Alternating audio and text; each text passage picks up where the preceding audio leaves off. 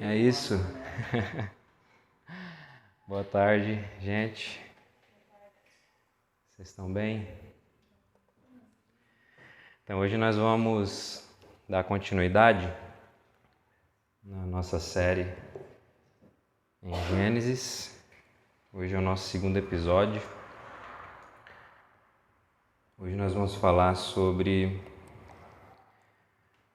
aquele que está no trono do universo. Só que antes da gente ler o texto propriamente dito, a exposição, eu queria que você abrisse sua Bíblia lá em Hebreus. Hebreus 1. Depois a gente vai lá em Gênesis.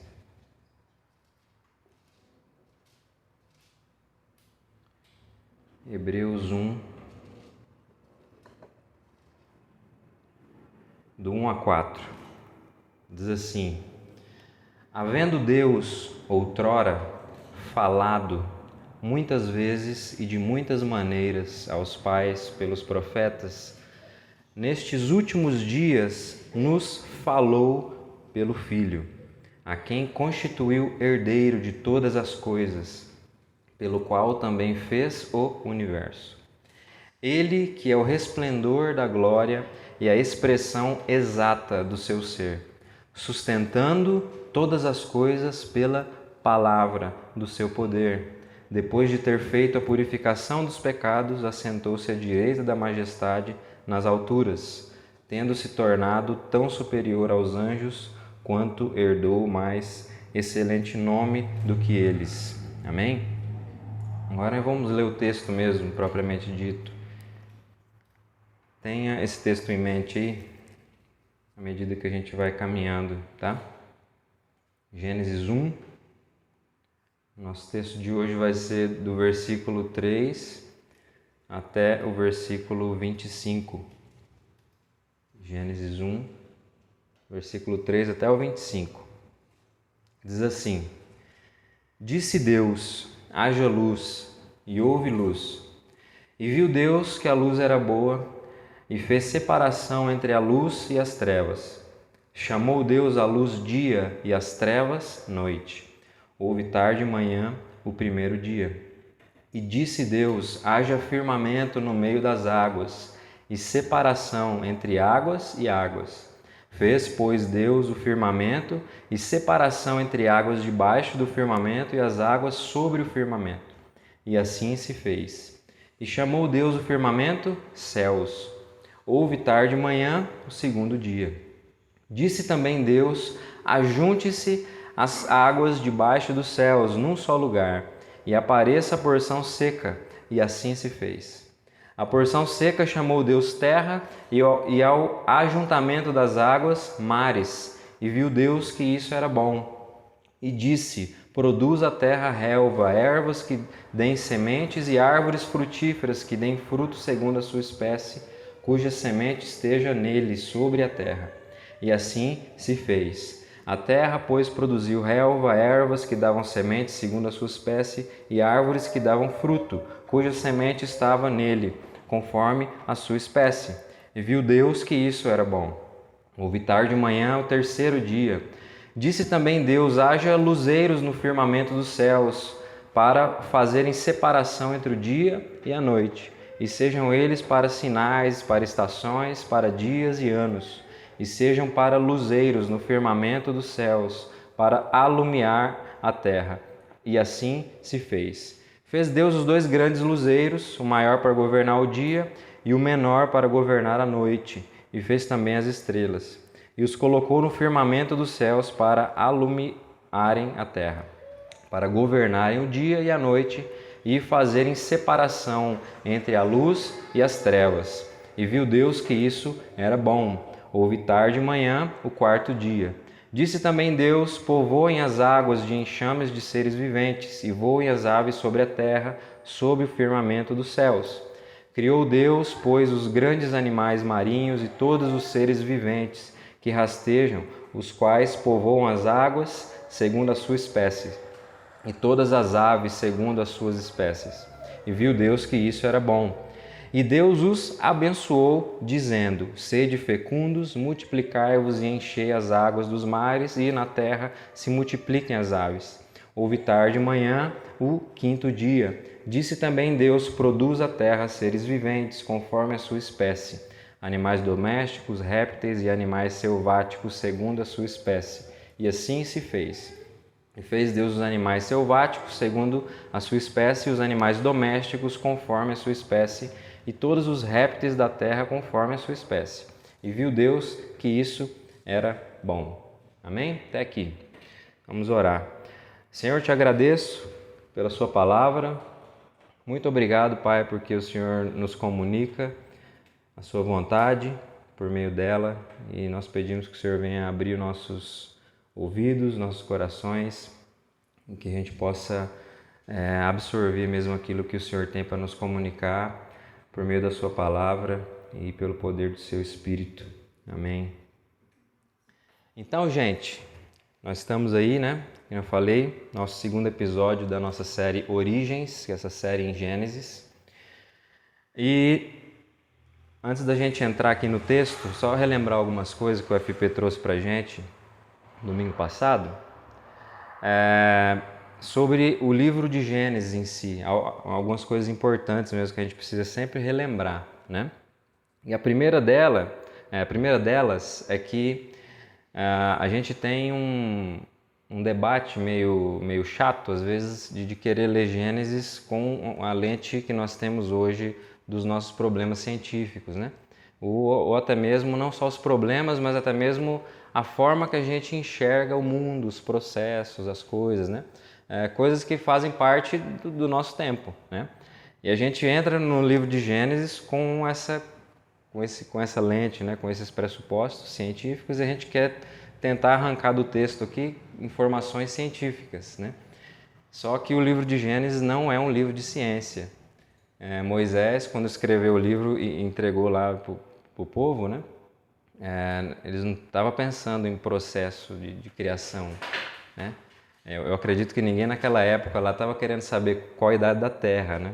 Acho que não era um problema muito da realidade daquelas pessoas, né?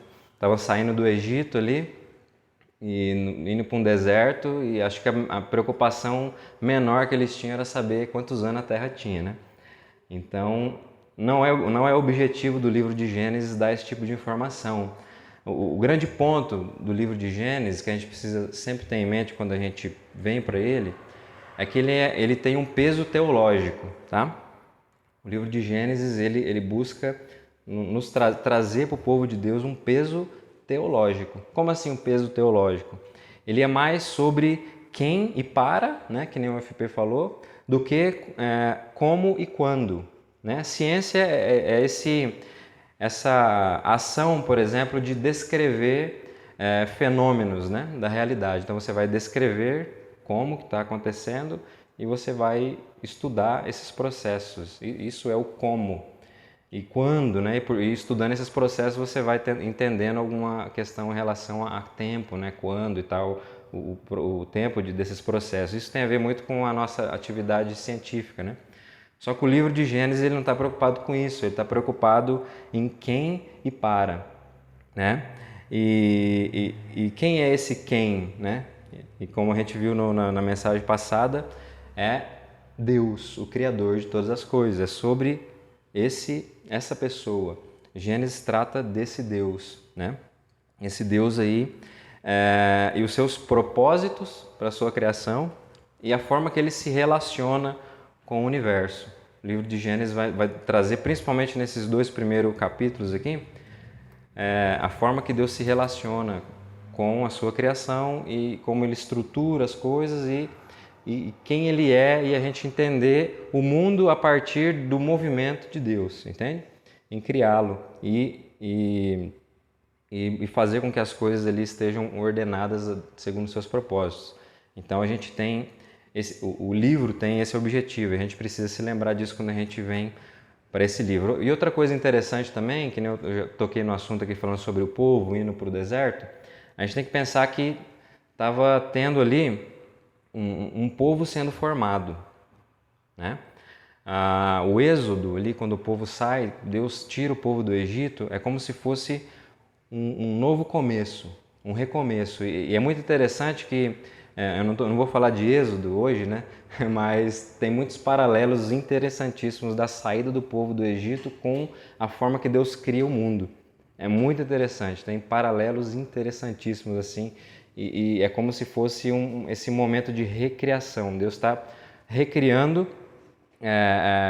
e fazendo isso por meio da formação de um povo. E o que acontece? O povo estava no Egito, né? 400 anos de escravidão, e eles estavam em uma realidade completamente pagã.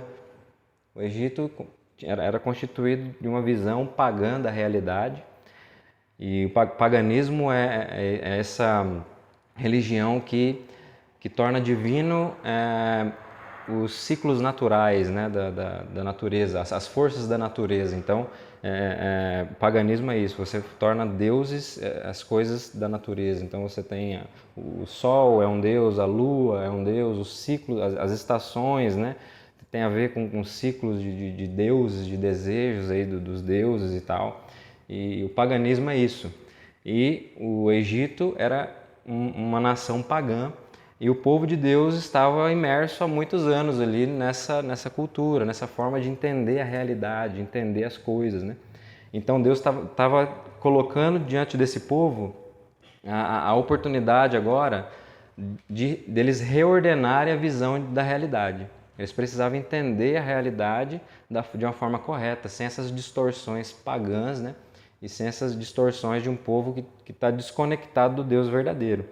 Então, Deus estava ali para dar ordenar uma visão de Deus, do mundo e dos homens, né? Até na nossa série a gente colocou lá um subtítulo, né? Deus, o mundo e os homens.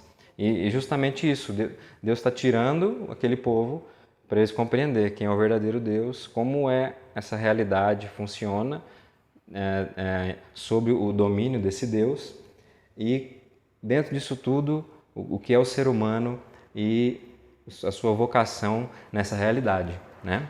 Então, por isso que a gente fala de origem, realidade e os interesses desse Deus que está sentado no trono do universo, sendo representados aí por meio dos homens. E falando então sobre essa questão de Deus, né, foi justamente o que a gente viu na mensagem passada, né? O Deus é o Deus criador, né? Lá no versículo 1 fala que no princípio criou Deus. Então a gente está falando de um Deus soberano. E o FP também falou algo que é um Deus incomparável, ele é inconfundível, não existe outro como ele. Deus se apresenta aqui, no princípio criou Deus, ele não dá mais explicações porque ele não precisa dar explicações de onde ele veio. Ele simplesmente revela isso e pronto. Ele só precisa que as pessoas entendam isso. E ele é incomparável, inconfundível. Nada da natureza pode ser confundida com ele. Nada da realidade pode ser confundido com esse Deus. Nada. E ele faz questão de deixar isso claro, como a gente vai ver na sequência aqui dos versículos, né? E lá no versículo 2 também, que a gente viu domingo passado, né? Fala de uma terra sem forma e vazia, no versículo 2. E é interessante aqui que a gente está... O texto é como se ele apresentasse aqui a matéria-prima de Deus. Deus traz a matéria-prima dele à existência, do nada, né? Ex nihilo, né? Que chama o termo, né? Da criação de Deus a partir do nada. Deus cria do nada e está ali com essa matéria-prima na mão, né? É como se, fazendo uma analogia assim para nós, né? Como se o cara lá está com aquele monte de barro, uma massa na mão, ela está uniforme, está sem forma, né? Ela não tem, ela é indiferente, ela ainda não aponta para nada. E só que a diferença é que o homem lida com algo criado, Deus ele traz a matéria-prima do nada, né? E por isso que simplesmente no princípio criou Deus, né? Deus fez isso do nada e é isso que ele está querendo nos transmitir. Então, a terra sem forma e vazia é a matéria-prima de Deus, isso que ele traz à existência do nada. E aqui fala que nos mostra, né, essa questão que ela estava sem forma e vazia. Então aqui essa massa ainda indiferente, né? A gente não conseguia ver diferenças, a gente não conseguia enxergar detalhes, ainda está um negócio um pouco obscuro né? E tem alguns teólogos tentam falar aqui da presença de um mal natural aqui com esse texto, né? Eu tenho um pouco de dificuldade de pensar em mal natural. Eu gosto de pensar mais nessa ideia mesmo de uma matéria-forma indiferenciada, ainda desordenada, né? Algo que não tem uma forma específica, como o próprio texto aponta para a gente. Eu não gosto muito de falar aqui que existia um mal natural, e aí o negócio fica meio estranho de se explicar até, e de entender como que Deus lidava com isso, né? Como que ele surge o mal na criação e tal. Então eu prefiro lidar essa terra sem forma e vazia como essa matéria-prima que Deus ainda iria trabalhar. E outra coisa que o versículo 2 fala é que é a presença do Espírito de Deus sobre as águas, né? Finalzinho do versículo 2 fala lá, né, que o Espírito de Deus pairava sobre as águas. E aqui é interessante porque naquela época as águas, né, os mares, eles representavam justamente o caos. Era uma força caótica, por assim dizer. E os seres humanos naquela época, os homens ali daqueles tempos, eles temiam o mar, porque o mar é uma força caótica que é incontrolável. Então, o caos era sempre relacionado com as águas do mar, essa imensidão de águas. E aqui, então a gente pode ver que esse sem forma e vazia era algo caótico, assim, que você não consegue encontrar ordem, que nem a gente estava falando, você não consegue ver ainda detalhes. Então, e o Espírito de Deus estava pairando sobre essas águas ali, sobre esse ambiente, essa matéria-prima ainda indiferenciada. O Espírito de Deus estava presente ali. Isso aqui é importante para a gente entender, por quê? Porque mostra que, uma vez que os homens temiam, né, essas águas caóticas, Deus não.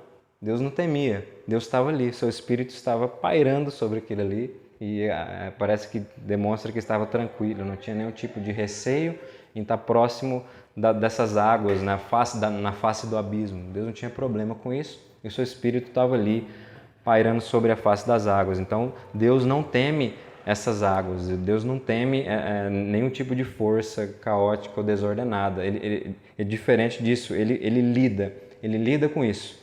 E é isso que o texto vai tratar agora. Então Deus vai começar a dar forma ao que não tinha e vai começar a preencher o que estava vazio.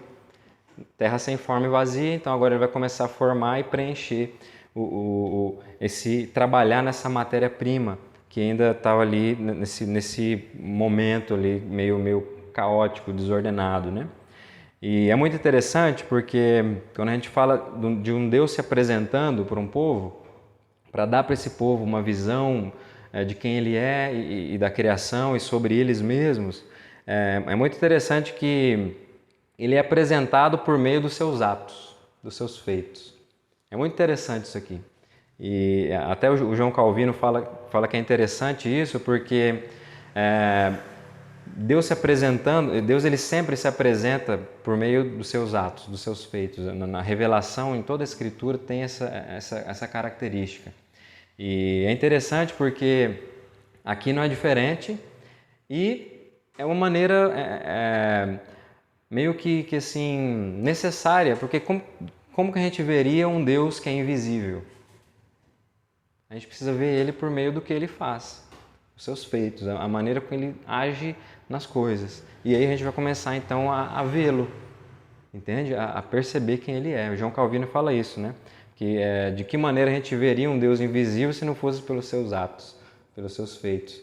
E aqui é justamente como o texto vai nos apresentar, é a forma que Deus vai lidando com essa matéria-prima, ainda sem forma e vazia, vai começar a dar forma e a preenchê-la. E ele vai fazendo aqui diversos atos e a gente vai percorrendo e a gente vai começar a entender o que cada ato desse nos transmite sobre Deus e a sua relação com o mundo, né? Então, a partir do versículo 3, o primeiro ato que a gente vê, a ação de Deus, é o ato de falar. Aqui no versículo 3, né? Disse Deus. Isso vai se repetir. Vai se repetir diversas vezes aqui no texto que a gente leu, né? E Deus disse, e Deus falou, E isso é uma estrutura muito clara aqui no texto. E é muito interessante porque tem outro teólogo chamado Kevin Van Hooser que ele fala que Deus falando é dramático. Tipo assim, Deus ele chama as coisas à existência, ele chama posteriormente os discípulos de Cristo a segui-lo.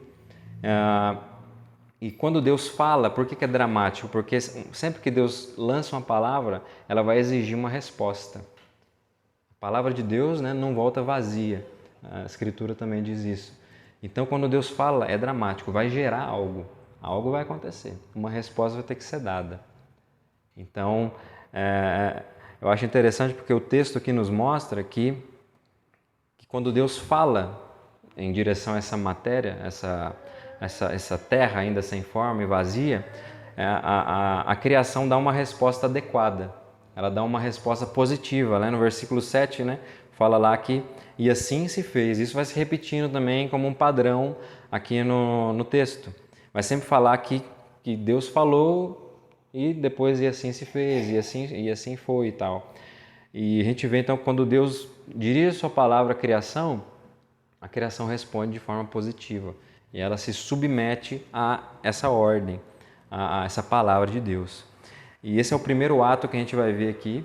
E é muito importante essa questão da fala, da palavra de Deus. E é por meio dessa palavra que Deus começa a formar as coisas. E a criação dando essa resposta como mostrando a sua submissão ao Criador. E outro ponto importante também aqui na questão de Deus falando é que ele vai se diferenciar das coisas criadas. As coisas criadas não são algo que vão sair de Deus, assim, e Deus tira de si e cria o mundo. Não, Deus vai criando isso por intermédio da sua voz. Ele é diferente, ele continua sendo Deus e as coisas criadas estão acontecendo. Ele fala, né? Isso é dramático e vai exigir uma resposta. Ele está chamando as coisas à existência e as coisas estão respondendo de forma positiva. E as coisas estão respondendo de forma adequada e estão surgindo e as coisas estão acontecendo. Ele não está tirando dele, ele está chamando as coisas aos seus devidos lugares, aos seus determinados lugares. Então, aqui é importante porque Deus ele é diferente da criação. A gente não está falando de um Deus, de um universo que é um pedaço de Deus, que é divino também. Não, a forma que Deus chama as coisas à existência é por sua palavra, por esse ato de falar. E um outro ato aqui que a gente pode encontrar no texto é o ato de Deus de estabelecer limites e estruturas. A gente vai ver isso aí em diversos versículos, né? No 4, no 6, no 7, no 9, no 14 e assim por diante, né? Aqui no 4, por exemplo, né? E fez separação entre a luz e as trevas. Deus estava aqui, gente, demonstrando que o que ele queria nisso tudo era um ambiente organizado e intencional. Não era um negócio de qualquer jeito, precisava ser como devia ser, porque havia um propósito, havia uma intenção, uma intencionalidade. Isso vai transmitir para a gente que esse Deus Criador, ele é um Deus pessoal, ele não é uma força que simplesmente faz as coisas acontecer e pronto, acabou. Não, existe uma forma específica, limites específicos, estruturas que precisam ser organizadas, né? Porque elas são importantes para o restante do que vai vir adiante. Então Deus estabelece isso e ele está deixando claro a sua pessoalidade. Ele é uma pessoa e ele tem intenções e essas intenções são importantes e a realidade e a criação, o universo todo aqui responde a isso de forma positiva. Ele se organiza, as coisas se separam, os limites são estabelecidos e quando ele diz, quando ele manda, quando ele chama, essas coisas acontecem e pronto. Ele está transmitindo as suas intenções e falando que é uma pessoa que tem propósitos e esse universo todo é um universo com propósito e ele está fazendo tudo isso com intenção muito específica. E esse Deus, né, que é uma pessoa, é um Deus que quer ser compreendido. Ele não é um Deus que está fazendo as coisas de forma aleatória e está se revelando por meio dos seus feitos, dos seus atos, simplesmente para ficar aí bonitinho, registrado aqui, bacana, não. é um Deus que quer ser compreendido. Essas intenções, Ele quer que isso daí desça de fato para a compreensão, para o entendimento do seu povo, daquele povo que Ele está formando. É muito interessante porque Ele vai usar, o texto também vai nos mostrar aqui algo que a gente chama de acomodação de linguagem. Deus está transmitindo algo, e como Ele é uma pessoa que quer ser compreendida, e ele tem intenções que a gente precisa captar isso, Ele vai acomodar esse texto aqui de uma forma que o ser humano compreenda o que ele está tentando transmitir. Por exemplo, até a questão da estrutura de dias aqui que a gente vê, né? Primeiro dia, segundo dia, terceiro dia. Que nem eu estava falando no começo, tem muita gente que vem com essa ideia de arrancar do texto aqui prova para linhas científicas. Se o cara tem a ideia, por exemplo, se ele é um criacionista de terra jovem, ele vai fazer o possível para fazer que esses dias aqui são dias literais de 24 horas e que o dia foi criado de fato em 7 dias literais, né? E ele vai arrancar isso do texto. O cara que talvez é um criacionista de terra antiga, ele vai fazer o possível, não, esse dia aqui é uma era, né? Que não quer dizer isso. E e ele vai tentar também arrancar do texto provas para poder dar base para a sua visão científica. A grande questão é que o mais importante, gente, não é isso, não seria entender se isso é literal, se não é, se isso é uma era, se não é. O mais importante é que Deus está acomodando a sua linguagem de uma forma que a gente entenda o que está querendo dizer. Por exemplo, algo muito interessante que essa sucessão de dias transmite para a gente é que é para a gente poder perceber uma espécie de progressão que está acontecendo aqui. O Criador está conduzindo o universo. A sua forma de criar as coisas, Ele está levando pouco a pouco as coisas para um determinado propósito, a um determinado fim. As coisas estão acontecendo, Ele vai fazendo primeiro isso, Ele vai formando as coisas que são mais básicas e por aí vai criando forma, vai estabelecendo limites, estruturas e e as coisas vão caminhando, né? E é muito interessante que isso tem um horizonte. Qual que é o horizonte dessa sucessão de dias aqui? É o sábado, é o 7º dia. Então, o 7º dia tem um significado teológico muito importante nessa sucessão de dias, para a gente poder entender o propósito do que é o universo, do que é o cosmos para Deus. O que é isso tudo, né? E eu não vou falar aqui agora sobre essa questão do 7º dia, mas no 7º dia Deus vai transmitir algo para a sua criação. O que significa o cosmos? O que é o cosmos para Ele? Mas o tema da nossa mensagem já deixa um pouco claro, né? Que Deus está sentado no trono do universo. O cosmos é como se fosse o templo de Deus, é o universo. O templo cósmico de Deus. Deus está sentado nesse trono e a criação é o seu templo. E o 7º dia tem um significado muito importante nessa estrutura aí de demonstrar essa intenção. Deus está preparando o cosmos para a sua habitação, para a habitação desse que reina sobre todas as coisas. Então, a sucessão de dias é uma forma de Deus acomodar para que ele se torne compreensível, compreendido, né, pelos homens.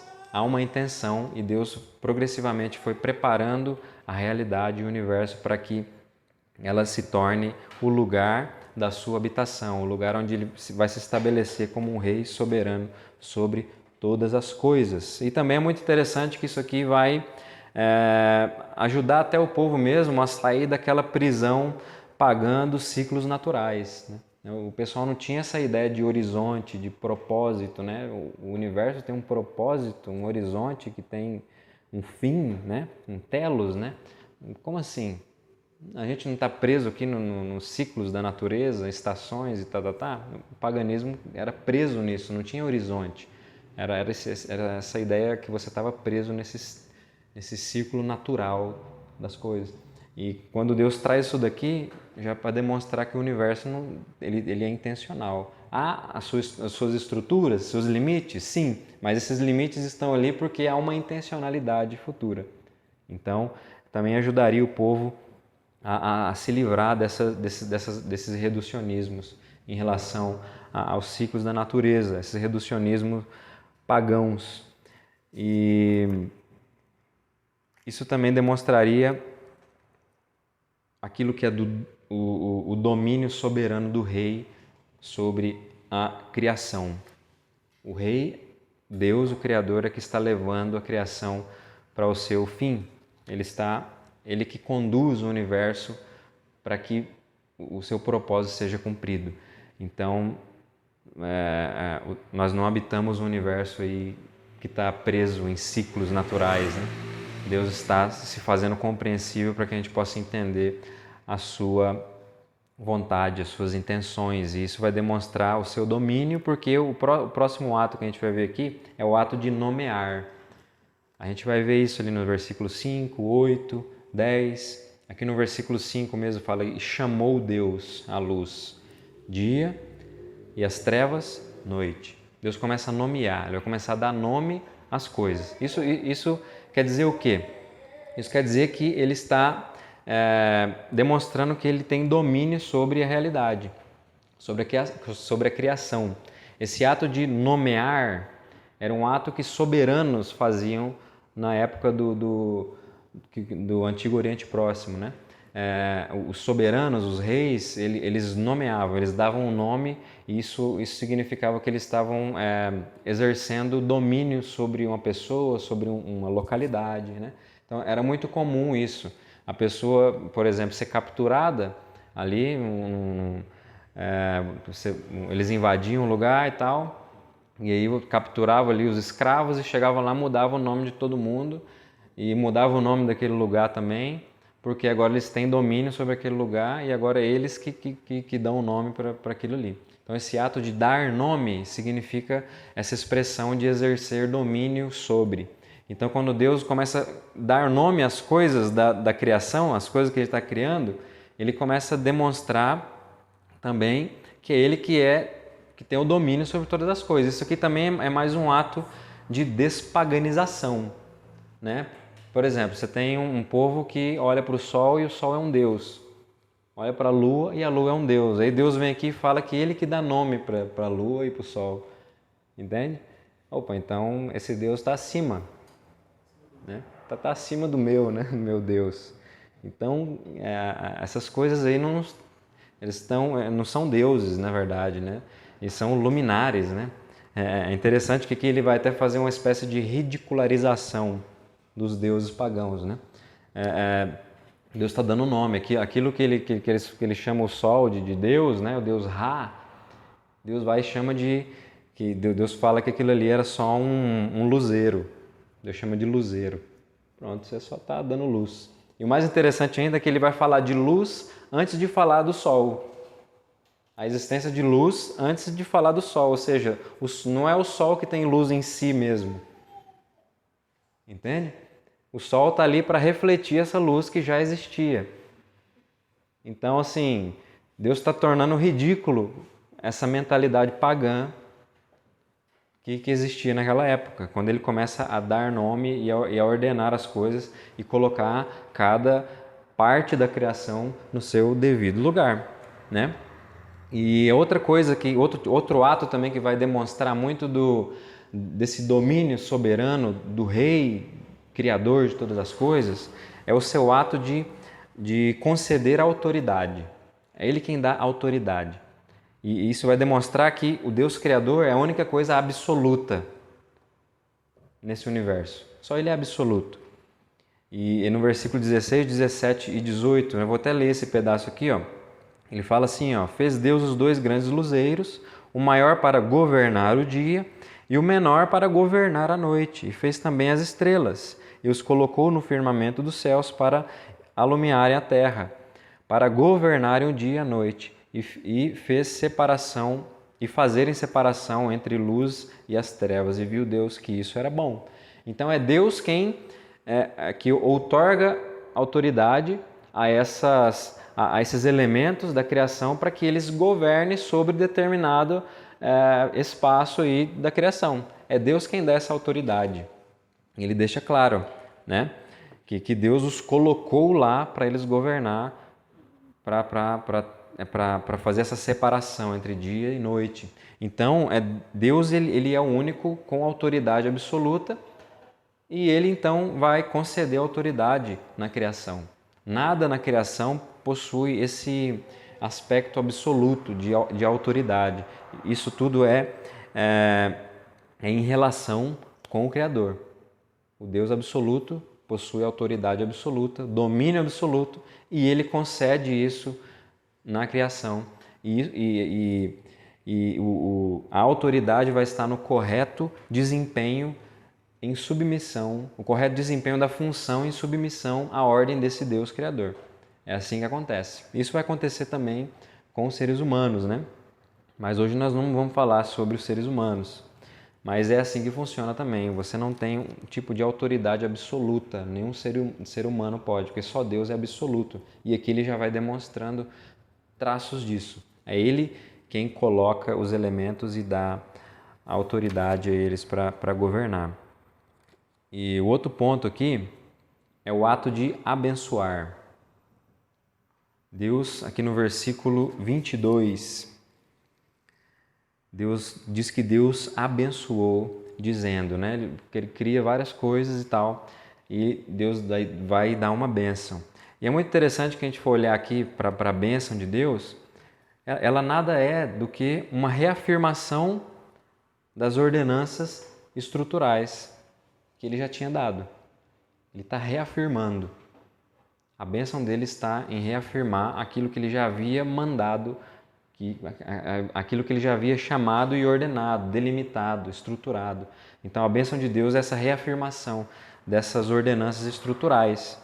E isso nos ajuda a entender o quê? Que a bênção de Deus, né, ela é desfrutada nessa submissão às palavras diretivas de Deus. É aí que a bênção de Deus é desfrutada. E vai demonstrar que o compromisso de Deus é com a sua palavra, com aquilo que Ele estrutura e faz que seja daquela forma, os limites, as suas intenções, né, que a gente estava falando anteriormente. Deus estabelece limites, estruturas e a funcionalidade daquilo, Ele vem e abençoa, reafirmando essas ordenanças. Então, quando a criação desempenha a sua função dentro daquilo que foi estabelecido pela palavra de Deus, então ela vai desfrutar das bênçãos do Deus que cria e que sustenta todas as coisas. E aqui ele já vai transmitir coisas muito importantes para a gente também, né? Esse compromisso com a sua palavra, que a sua bênção é essa reafirmação das suas ordenanças estruturais. E o último ato que a gente vai ver aqui no texto é o ato de avaliar. A gente vai encontrar aí no versículo 4, no 10, no 12, no 18, no 21, no 25, nesse trecho que a gente leu. O ato de avaliar, né? E viu Deus que isso era bom. O que quer dizer com isso? Né? A gente já falou sobre o Deus que é absoluto, governa de forma absoluta, domina a realidade de forma absoluta, Ele reina sobre o universo. E esse Deus absoluto, ele não é estranho ele também ser o único parâmetro absoluto de julgamento. Deus julga. Quando Ele cria as coisas, quando Ele chama a existência, quando ele organiza, quando Ele separa, quando Ele faz toda a questão, quando Ele outorga autoridade, faz tudo aquilo ali, quando Ele abençoa, e Ele vai avaliando isso no processo também, e quando ele vai avaliar, Ele não fica perguntando, e aí? E aí, águas? O que vocês me dizem? Estão bem? Estão bem acomodadas? E aí, terra?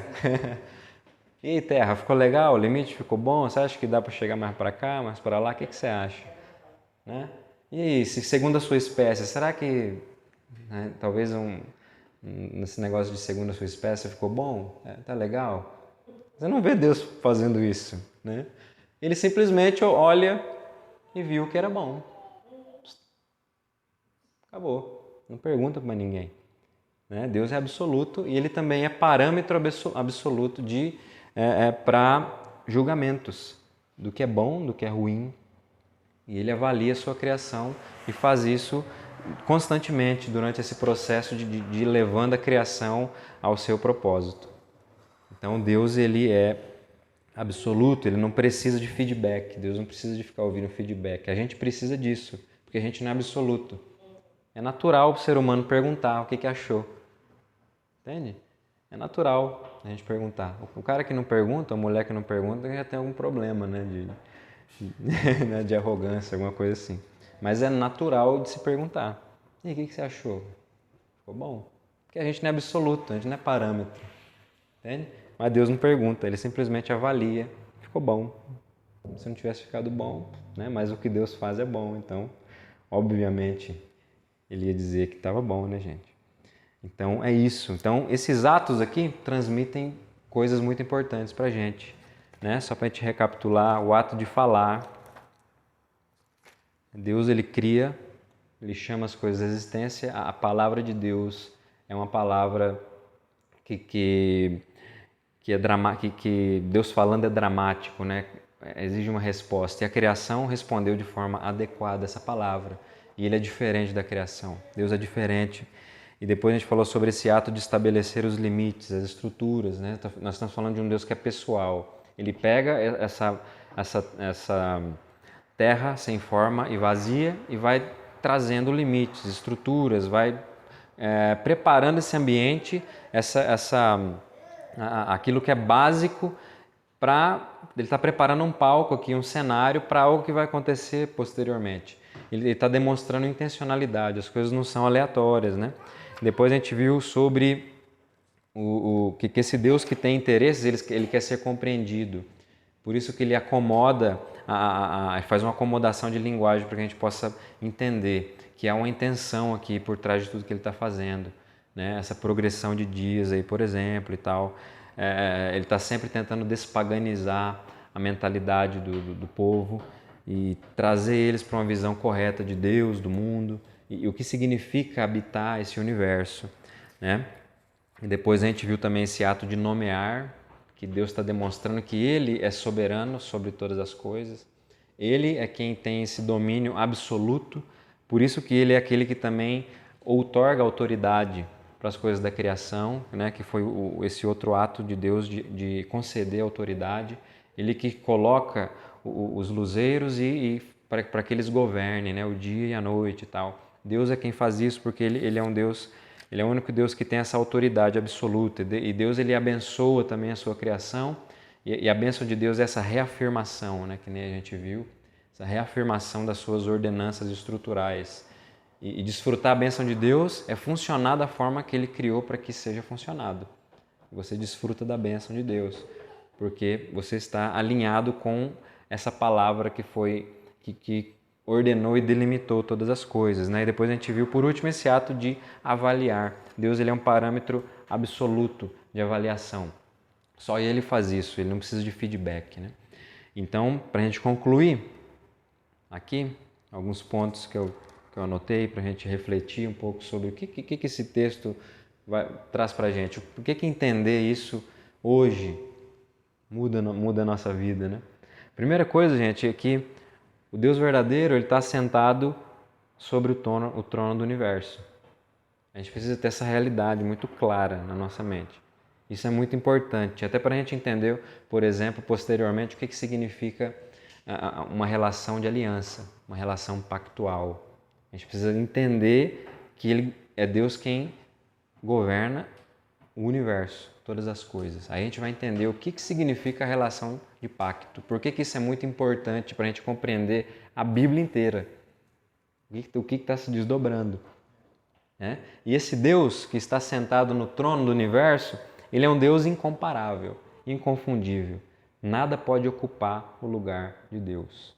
Então você não pode levantar nada da criação como se fosse Deus. Você não pode transformar isso em ídolo. Não dá para fazer. Você não pode elevar algo criado acima daquilo que ele não é. Entende? Não dá para fazer isso. Nada que a gente, nem algo que a gente faça com as nossas próprias mãos. Na verdade, colocar algo criado no lugar de Deus é uma obra humana, né? Então, a idolatria, os ídolos dos homens são obras de mãos humanas, né? O salmista fala pra gente. Mas por quê? Porque nada pode tomar o lugar de Deus, porque Ele está sentado sobre o trono do universo. Então, nada na sua vida pode ocupar esse lugar. Nada na sua vida pode ser esse parâmetro onde você se orienta no mundo. Entende?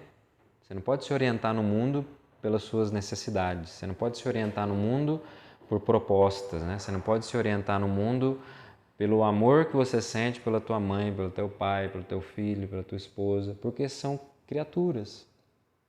Entende? Você não pode usar nada criado como um parâmetro para conduzir a tua vida. Por quê? Porque o Deus verdadeiro, ele é incomparável, inconfundível. E nada pode ocupar o seu lugar. E o segundo ponto aqui para a gente refletir é que o universo, o mundo, né, em que a gente habita, é um universo intencional. A gente não está preso em um ciclo natural, né? Em ciclos naturais de tempo ou em processos aleatórios. O mundo, o universo não é essa coisa que ficou como que está por causa de um processo aleatório, as coisas foram acontecendo e está aí. Não, gente, não é assim.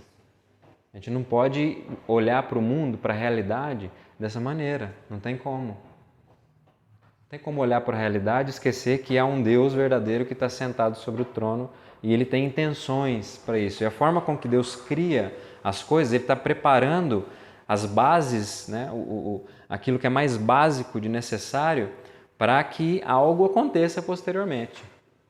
Então a vida que a gente desfruta na realidade, que é sustentada por Deus, lembra que o texto que a gente leu lá em Hebreus, que é sustentada pelo poder da sua palavra?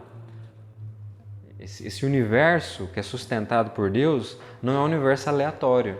Você não pode lidar com a realidade da forma que você quer.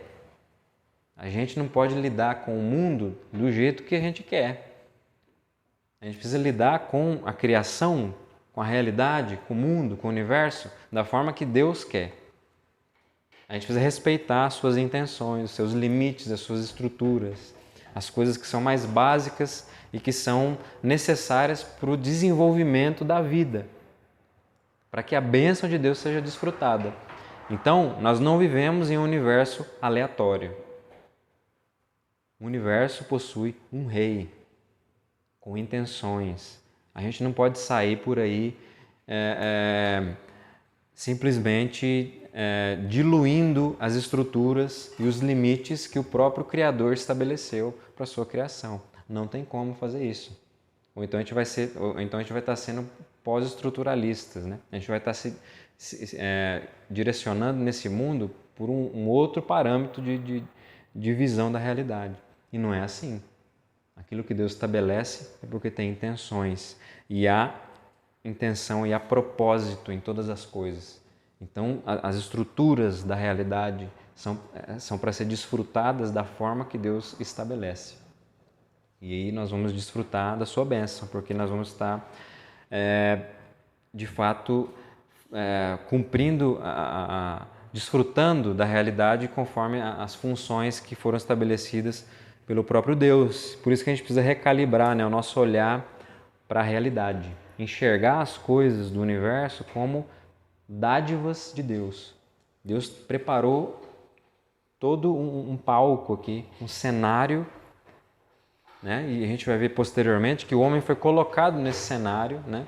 Deus preparou esse palco e o ser humano entrou ali em um momento muito propício, um momento bacana ali. Deus deixou tudo prontinho, com intenções.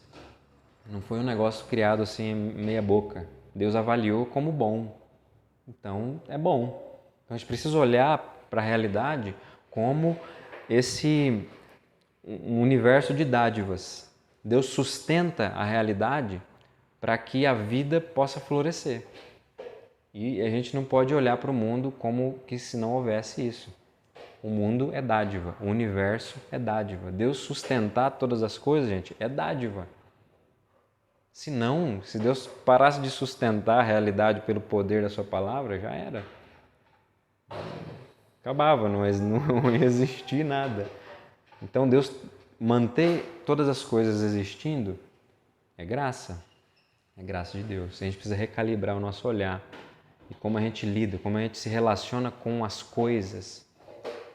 Precisam ser uma relação de quem tem um olhar que desfruta de uma aliança com o Criador. A gente precisa ter esse olhar. Por isso, e eu queria ler uns salmos aqui, um Salmo 104, que vai mostrar um pouquinho da visão de uma pessoa que vê a realidade como uma dádiva de Deus.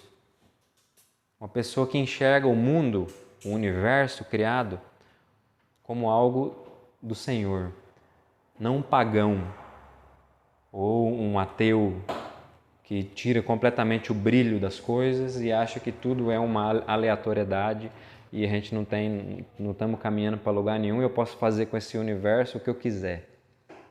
Aqui nesse Salmo 104 a gente vai ver um olhar recalibrado para a realidade. E diz assim, o Salmo 104: Bendize, ó minha alma, ao Senhor. Senhor, Deus meu, como Tu és magnificente, sobrevestido de glória e majestade, coberto de luz como de um manto. Tu estendes o céu como uma cortina, pões nas águas o vigamento da Tua morada. Tomas as nuvens por Teu carro e voas nas asas do vento. Faze a Teus anjos ventos e a Teus ministros labaredas de fogo. Lançastes os fundamentos da terra para que ela não vacile em tempo nenhum. Tomaste o abismo por vestuário e a cobriste, e as águas ficaram acima das montanhas. A tua repreensão fugiram à voz do teu trovão, bateram em retirada.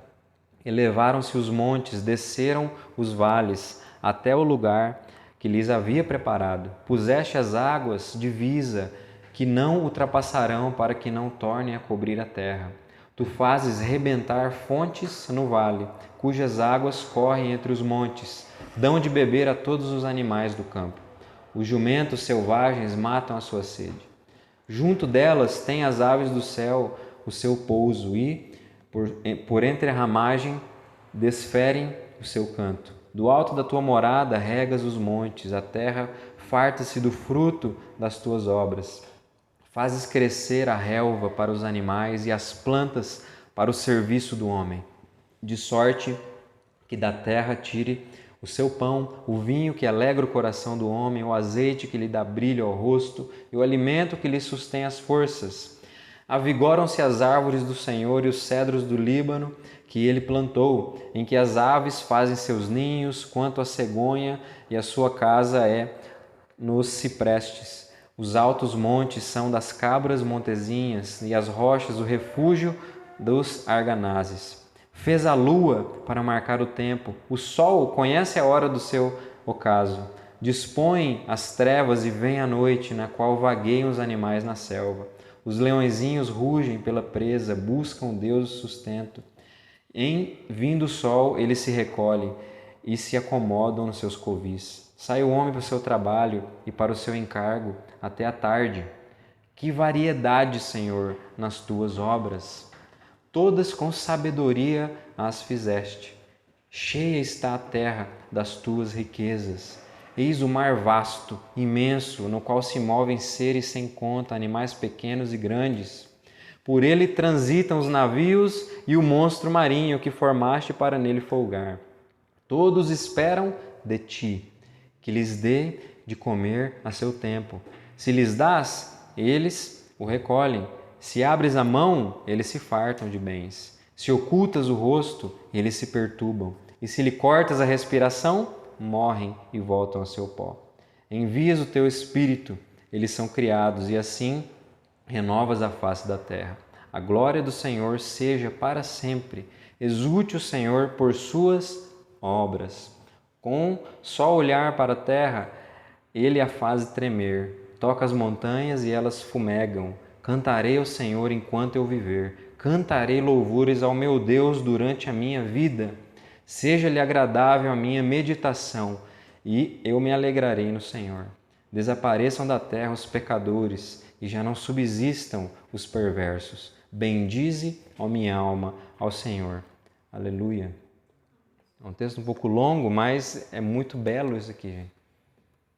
A pessoa que enxerga a realidade a partir da sua aliança com o reino, com o rei do universo. O universo é isso, essa beleza aqui, tá vendo? Não é muito das coisas que estão falando pra gente aí. Não é uma massinha que você pode fazer o que você quer com ela. Esse limite aqui, não. Essa estrutura, não, isso aí é formação cultural, vamos dissolver. Não é assim, gente. Deus que estabelece e que sustenta Ele que mantém. E a gente precisa recalibrar o nosso olhar para entender que a gente vive nesse universo que é intencional, pessoal.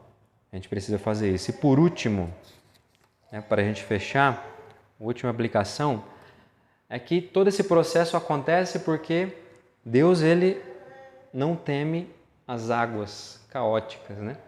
Deus, o Espírito de Deus estava pairando sobre as águas, sobre aquilo que simbolizava naquele tempo essa força caótica. Deus ele não teme as águas, ele não foge delas.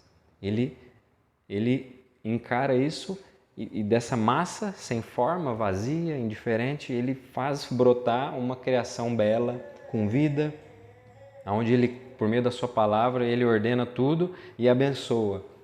Deus ele não teme, ele encara o caos, ele encara a desordem, ele encara aquilo que estava sem forma e transforma em uma criação bela, bonita. E isso que está aqui representado nesse Salmo 104, essa beleza aqui.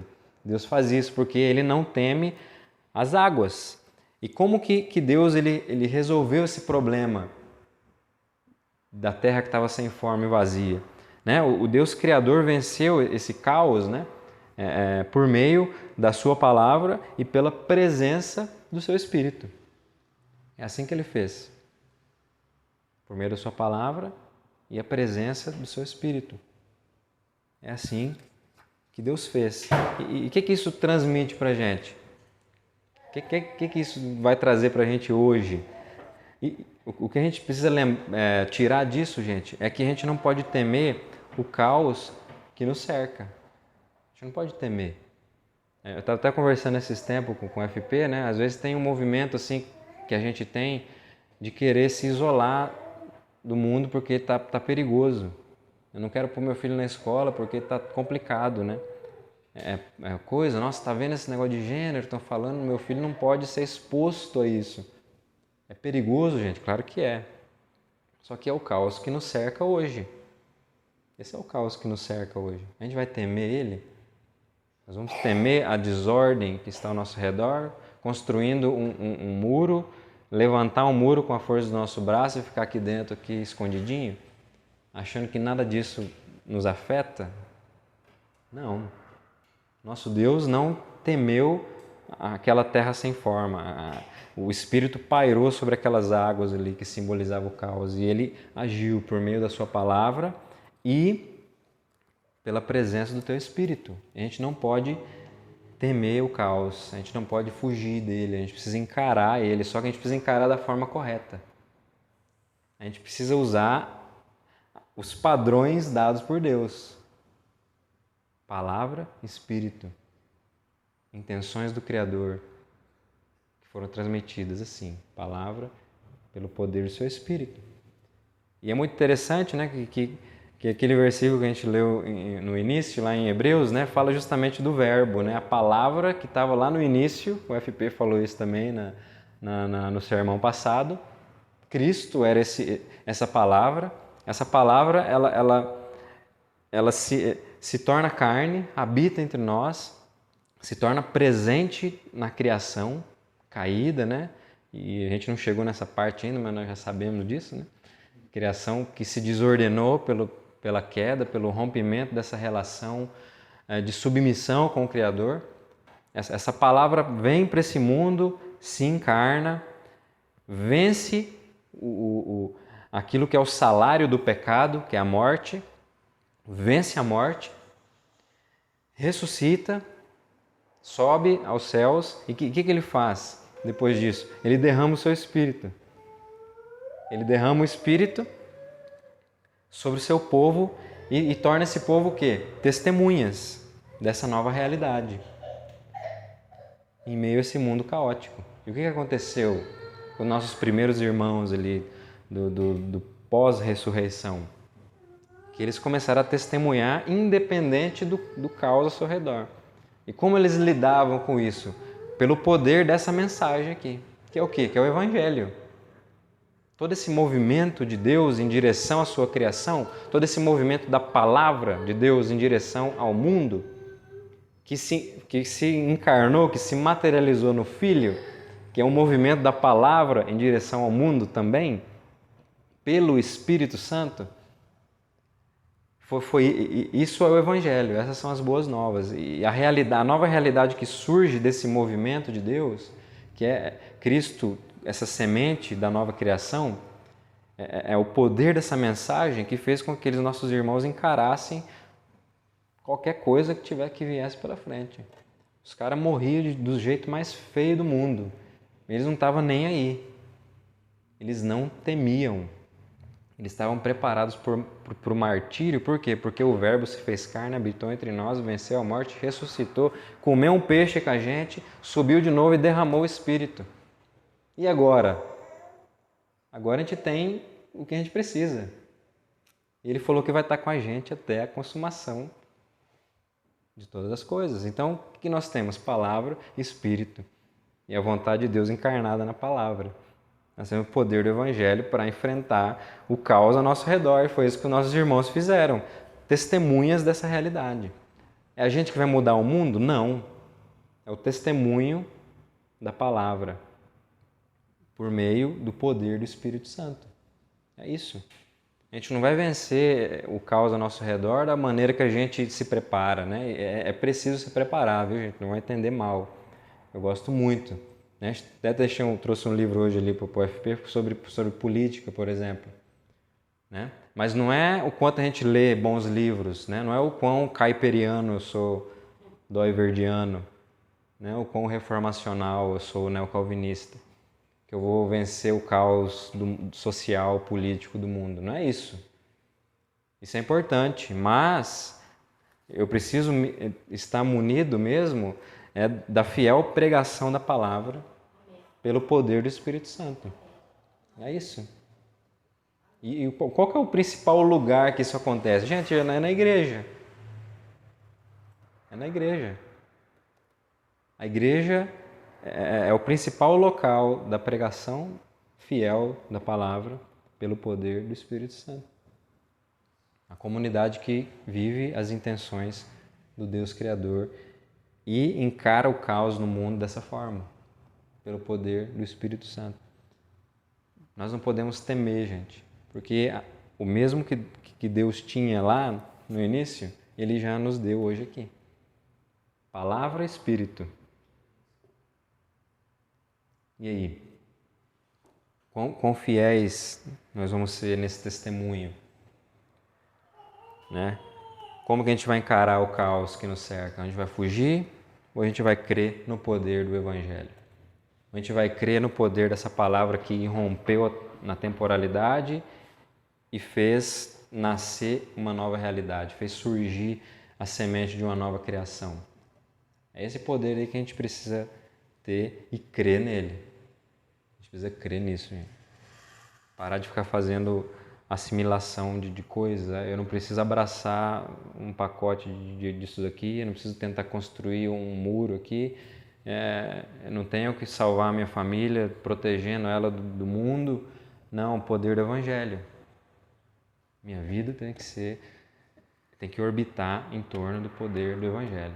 É a palavra que foi em direção ao caos, ordenou o caos, pelo poder do Espírito Santo surge aí essa nova realidade. Eu queria só ler aqui 2 Coríntios 2, para a gente finalizar, para a gente entender como Paulo tinha essa convicção também. 1 Coríntios 2. Primeira não, desculpa, gente. 2 Coríntios 2.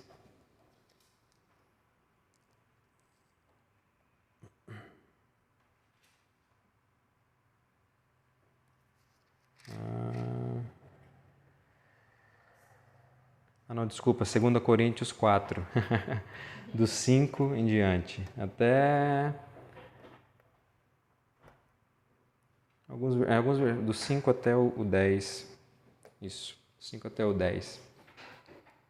Diz assim, ó: porque não nos pregamos a nós mesmos, mas a Cristo Jesus como Senhor, e a nós mesmos como vossos servos, por amor de Jesus. Porque Deus, que disse, das trevas resplandecerá a luz, está fazendo uma menção aqui a Gênesis, viu, gente? Ele mesmo resplandeceu em nosso coração, para a iluminação do conhecimento da glória de Deus na face de Cristo. Temos, porém, este tesouro em vasos de barro, para que a excelência do poder seja a de Deus e não de nós. Que tesouro que ele está falando? Do Evangelho, poder do Evangelho. E com esse poder, como a gente lida com o caos? Versículo 8 em diante. Em tudo somos atribulados, porém não angustiados, perplexos, porém não desanimados, perseguidos, porém não desamparados, abatidos, porém não destruídos, levando sempre no corpo o morrer de Jesus, para que também a sua vida se manifeste em nosso corpo.